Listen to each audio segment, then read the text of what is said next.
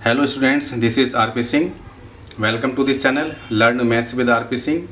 आज इस वीडियो में शिक्षा निदेशालय द्वारा उपलब्ध कराई गई कक्षा 10 गणित की वर्कशीट नंबर 21 लेते हैं।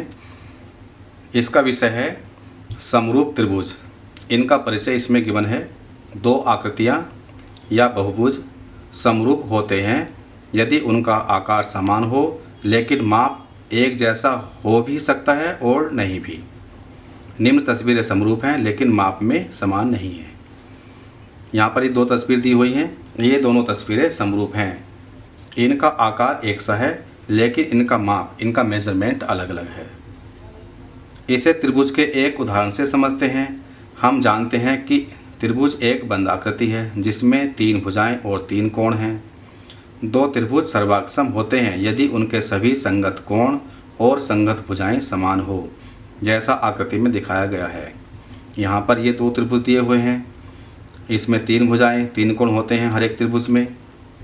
तो इस त्रिभुज में क्या हो रहा है कि अगर ये ABC त्रिभुज है और ये PQR त्रिभुज है, अगर AB बराबर PQ के हो, BC बराबर QR के हो तथा AC बराबर हो, इन दोनों त्रिभुज के भुजाएं बराबर हो गई और साथ में कोण A बराबर कोण P के हो, कोण B बराबर कोण Q के हो तथा कोण C बराबर कोण R के हो, तो ये दोनों त्रिभुज सर्वाक्षम त्रिभुज होंगे। दो आकृतियाँ या बहुभुज सर्वाक्षम होती हैं यदि उनका आकार एक जैसा हो और एक ही माप की हों, जैसे झुमके या एक रजिस्टर के खाली पेज।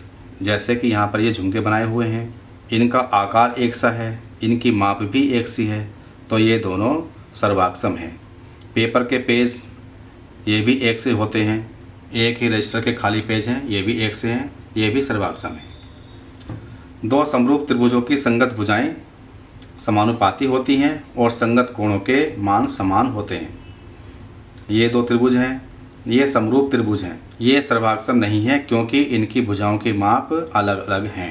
त्रिभुज ABC और त्रिभुज PQR में अगर हम इन दो त्रिभुज की बात करें, कोण A बराबर कोण P के है। ये वाला कोण अगर कोण P के बराबर है, कोण B कोण Q के बराबर है तथा कोण C कोण R के बराबर है और भुजाएं AB तथा PQ का अनुपात, BC और QR का अनुपात, AC तथा PR का अनुपात अगर ये बराबर हैं तो ये दोनों त्रिभुज समरूप त्रिभुज हैं और इनको लिखने का तरीका है त्रिभुज ABC समरूप त्रिभुज PQR।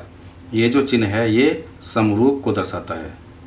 ज़रा बताइए, प्रश्न 1 है, निम्न में से क्या सर्वाक्षम आकृतियों के उदाहरण हैं? तो हमें देखना है कि इसमें सर्वाक्षम आकृतियां हैं कि नहीं हैं। ये दो पैरों के निशान हैं। अगर एक पैर को दूसरे के ऊपर रख देते हैं तो ये पूरा पूरा एक दूसरे को ढक लेंगे, तो यहाँ पर ये दोनों सर्वाक्षम आकृतियाँ हो गई। इनका आकार एक सा है, इनकी माप भी एक सी है।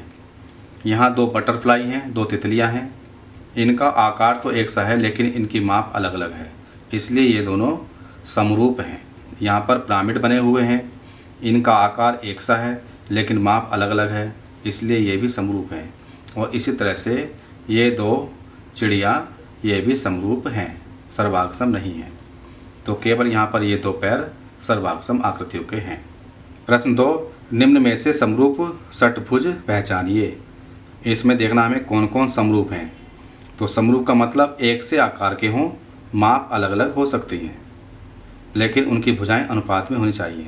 तो यहाँ पर C और D लग रहा है कि ये दोनों समरूप हैं। प्रश्न 3, त्रिभुज ABC तथा त्रिभुज PQR में ये दोनों समरूप हैं। PQ तथा QR की लंबाई हमें ज्ञात करनी है। हम जानते हैं कि समरूप त्रिभुज की संगत भुजाएं अनुपात में होती हैं, तो हम लिख सकते हैं AB अपॉन PQ बराबर BC अपॉन QR बराबर AC अपॉन PR। संगत भुजाएं अनुपात में होंगी। अब इनका मान रखते हैं। AB है 7, PQ हमें निकालना है, BC है 10, QR हमें निकालना है बराबर AC है 12, PR 18 गिवन है। अगर हम इन दोनों को बराबर ले लें तो इससे क्या होगा, क्रॉस मल्टीप्लाई करने के बाद 12 इंटू QR बराबर 10 इंटू 18। तो यहाँ से क्यू आर बराबर हो जाएगा 10 गुणा 18 बटे 12।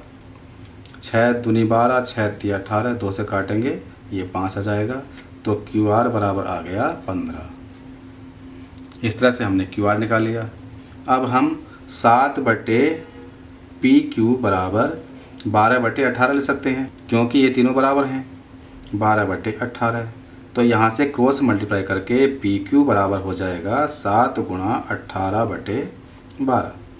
6 दूनी 12, 6 तिया 18, 7 तिया 21 बटे 2 और ये आ जाएगा 10.5। तो पी क्यू बराबर आ गया 10.5। इसका ये आंसर हो गया और यहाँ पर भी ये आंसर आ गया। प्रश्न नंबर 4 है रिक्त स्थान भरें।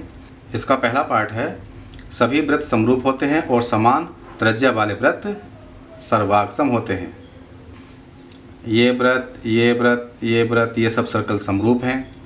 लेकिन अगर एक सर्कल ये है, एक वृत्त ये है और एक वृत्त या सर्कल ये है और इनकी त्रिज्याएं बराबर हैं, तो ये दोनों सर्वाक्षम होंगे, समरूप भी होंगे तथा सर्वाक्षम भी होंगे। इस प्रकार सभी वर्ग समरूप होते हैं। जैसे कि एक वर्ग ये है और एक वर्ग ये है, या और भी हम वर्ग बनाएं तो इनकी भुजाओं का अनुपात समान होगा, तो ये समरूप होंगे, सर्वाक्षम नहीं होंगे, क्योंकि इनकी भुजाएं बराबर नहीं हैं। सभी समबाहु त्रिभुज, जिन त्रिभुजों की सभी भुजाएं बराबर होती हैं समबाहु त्रिभुज होते हैं। सभी समबाहु त्रिभुज समरूप हैं। निम्न के दो अलग अलग उदाहरण दीजिए।